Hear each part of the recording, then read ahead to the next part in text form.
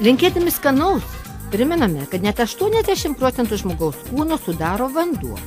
Taigi, jei jo gerime per mažai, sutrinka visų mūsų organų veikla. Kaip džiaugtumėmės, jei laidos metu išgertumėte bent stiklinę vandens, o dar geriau 2. Ir ne bet kokio, o Vytauto.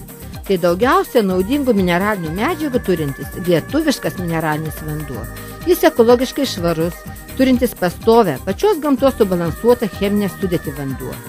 Mineralinis vanduo Vytautas papildo žmogaus paros racioną natūraliai gamtoje ištirpusiamis, todėl organizmo gerai įsisavinomis mineralinėmis medžiagomis. O jei vandens išgeriame per mažai, sutirštėja mūsų kraujas, susilpnėja smegenų veikla, apsunkinamas inkstų darbas, raukšlėjasi oda, išsausėja kvėpavimo takų gleivinės ir ji pasidaro pralaidi visiems peršalimų ligų sukėlėjams.